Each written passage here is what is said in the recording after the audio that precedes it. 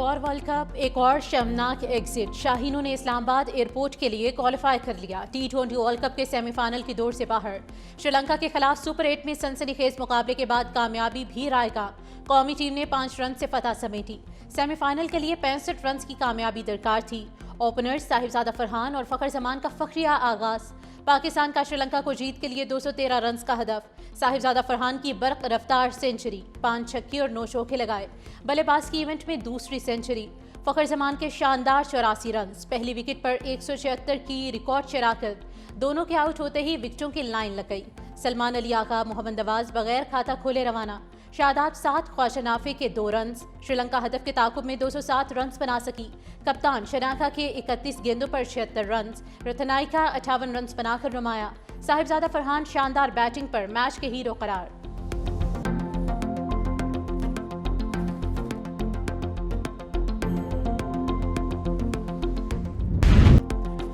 امریکہ اور اسرائیل کا ایران پر بڑا حملہ۔ دارالحکومت تہران سمیت متعدد شہروں پر میزائل حملے۔ تبریز، اصفہان، قم، خرم آباد، کرج اور کرمانشاہ میں میزائل حملے۔ شمال مغربی شہر زنجان، ساحلی شہر چابہار میں بھی دھماکوں کی آوازیں۔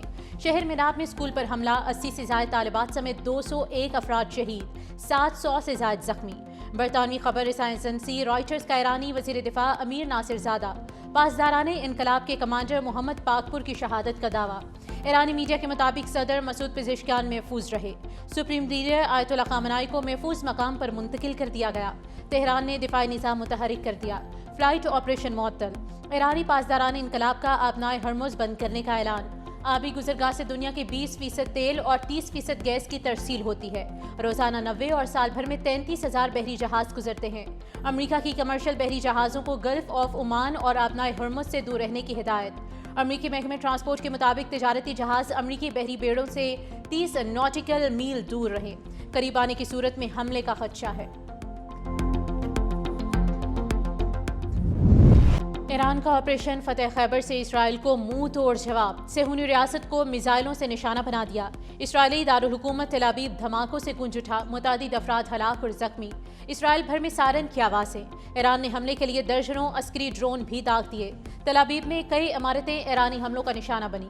اسرائیل میں ہنگامی حالات نافذ، فضائی حدود بند، عوام کو محفوظ مقامات پر منتقل ہونے کی ہدایت۔ ایرانی کمانڈر کا کہنا ہے کہ ایرانی افواج کا طاقتور آپریشن بھرپور طریقے سے جاری ہے۔ امریکہ کی 14 بیسز کو نشانہ بنایا گیا۔ سینکڑوں امریکی فوجی ہلاک ہوئے۔ اصفہان میں 2 اسرائیلی ڈرون مار گرائے گئے۔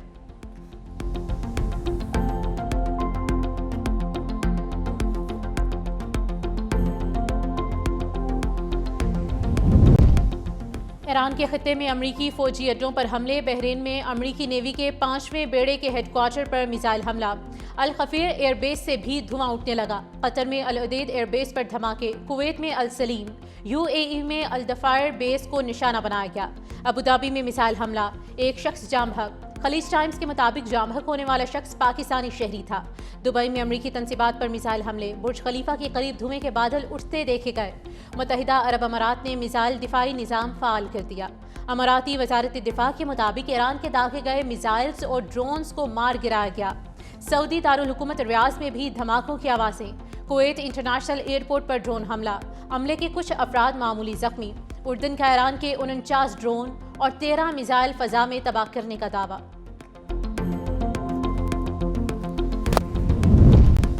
خلیجی ممالک کے ایرانی میزائل حملوں کی مذمت۔ قطری وزارت دفاع کے مطابق تمام میزائلوں کو کامیابی سے فضا میں تباہ کر دیا گیا۔ حملوں کے باوجود قطر میں کوئی جانی نقصان نہیں۔ رد عمل کا حق محفوظ رکھتے ہیں۔ شہریوں کو فوجی مقامات سے دور رہنے کی ہدایت۔ سعودی عرب کی ایران کے حملوں کی مذمت۔ کہا خطے میں جارحانہ کارروائی ناقابل قبول ہے۔ متحدہ عرب امارات کے مطابق ایران کی جانب سے میزائل حملوں کی نئی لہر کو ناکام بنا دیا گیا۔ ایرانی حملوں کا جواب دینے کا حق محفوظ رکھتے ہیں۔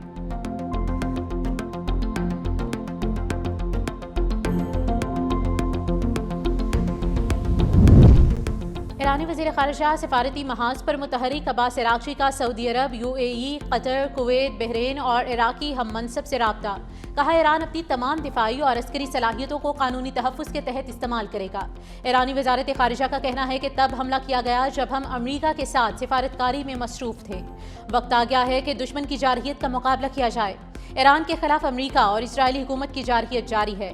نائب وزیر اعظم اسحاق ڈار سے ایرانی وزیر خارجہ عباس عراقچی کا رابطہ، خطے کی موجودہ صورتحال پر تفصیلی تبادلہ خیال، کشیدگی پر تشویش کا اظہار۔ اسحاق ڈار کی ایران پر بلا اشتعال حملوں کی شدید مذمت، کشیدگی میں فوری کمی اور سفارتی عمل کی بحالی پر زور دیا۔ اسحاق ڈار کا سعودی ہم منصب سے اہم رابطہ، فیصل بن فرحان ال سعود سے خطے کی تازہ صورتحال پر تفصیلی تبادلہ خیال، دونوں رہنماؤں کا علاقائی پیش رفت پر گہری تشویش کا اظہار۔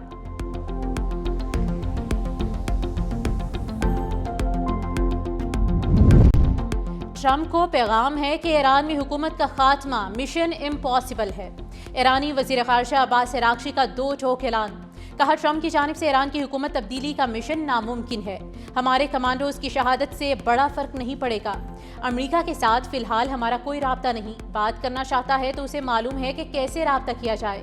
ٹرمپ نے امریکہ فرسٹ کو اسرائیل فرسٹ میں بدل دیا ہے، ہماری مسلح افواج دشمن کو بھرپور جواب دیں گی، ہم دشمن کو وہ سبق سکھائیں گے جس کا وہ مستحق ہے۔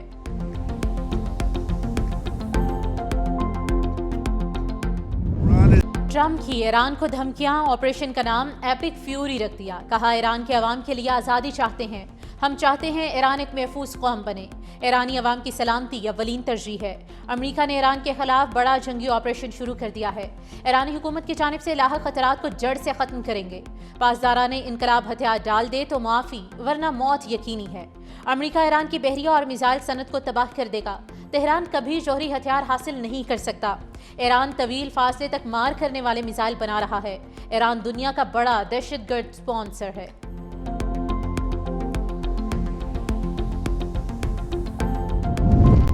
امریکی صدر ڈونلڈ ٹرمپ اور اسرائیلی وزیر اعظم کا ٹیلی فونک رابطہ، ایران میں میزائل حملوں اور ایرانی رد عمل پر تبادلہ خیال۔ اسرائیلی وزیر اعظم نیتن یاہو کی ایران کو گیدڑ بھبکیاں، کہا ایرانی رژیم کا خطرہ ختم کرنے کے لیے امریکہ کے ساتھ آپریشن شروع کر دیا ہے، کارروائی کے بعد ایرانی عوام ملک کی باغ دوڑ سنبھالیں گے، ایران کو جوہری ہتھیاروں سے مسلح ہونے کی اجازت نہیں ہونی چاہیے۔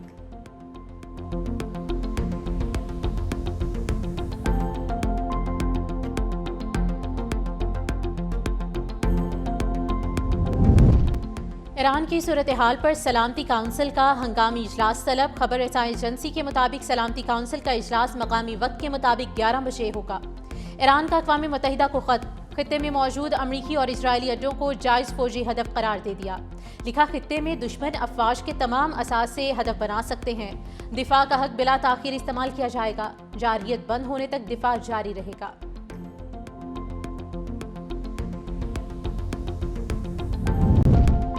سیکرٹری جنرل اقوام متحدہ انتونیو گوتریس کا مشرق وسطی کی صورتحال پر اظہار تشویش، فریقین سے فوری جنگ بندی کا مطالبہ کر دیا، کہا اگر لڑائی نہ روکی تو یہ علاقائی تنازع میں تبدیل ہو سکتی ہے، جنگ پھیلی تو علاقائی استحکام کو سنگین خطرات لاحق ہوں گے، تمام رکن ممالک کو اقوام متحدہ کے چارٹر کا احترام کرنا چاہیے۔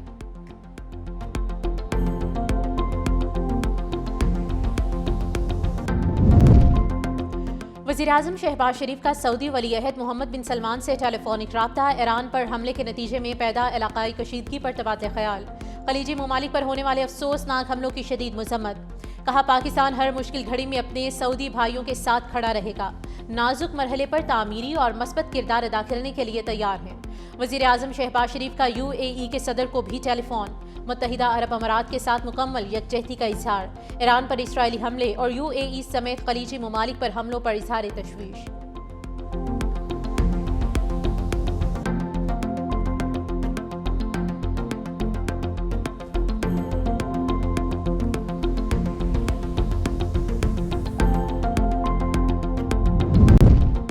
وزیر اعظم شہباز شریف کی زیر صدارت اہم بیٹھک، مجموعی سیکیورٹی صورتحال پر اعلیٰ سطح کا اجلاس، تمام ادارے مکمل ہم آہنگی کے ساتھ ذمہ داریاں ادا کریں، موجودہ صورتحال کے پیش نظر مؤثر حفاظتی اقدامات فوری طور پر یقینی بنائے جائیں، ایران میں موجود پاکستانیوں کو وطن واپس لانے کے لیے اقدامات کی ہدایت، کہا پاکستانیوں کو آذربائیجان کے ذریعے بحفاظت پاکستان لایا جائے، عوام اور مسلح افواج ملکی سالمیت کے تحفظ کے لیے ہر دم تیار ہیں، وزارت خارجہ کو آذربائیجان کی حکومت سے فوری رابطہ کرنے کی ہدایت۔